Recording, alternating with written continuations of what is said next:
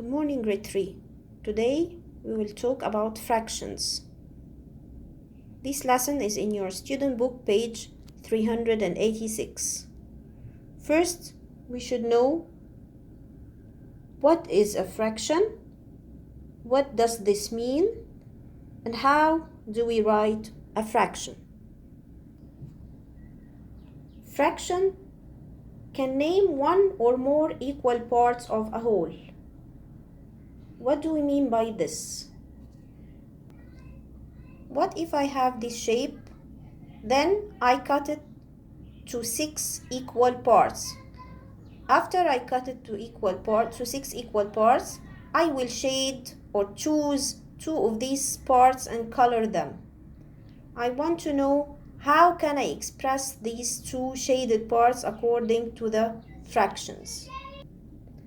Well, here I have 6 equal parts in the whole shape, then I shaded 2 of them. So to write the fraction, I will write the fraction of the shaded part is 2 over 6.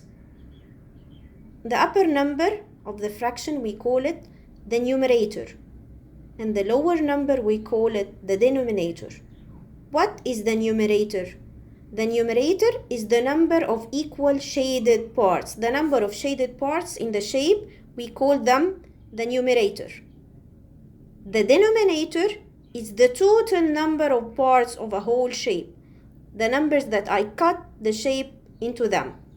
So I have 2 numbers to write a fraction. The upper number, we call it the numerator, and the lower number is the denominator.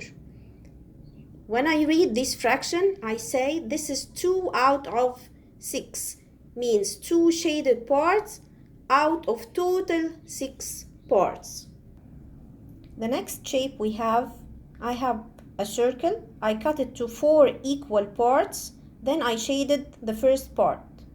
So the fraction of the shaded part is 1 out of 4, or I can say 1/4, because I shaded only one part of the shape.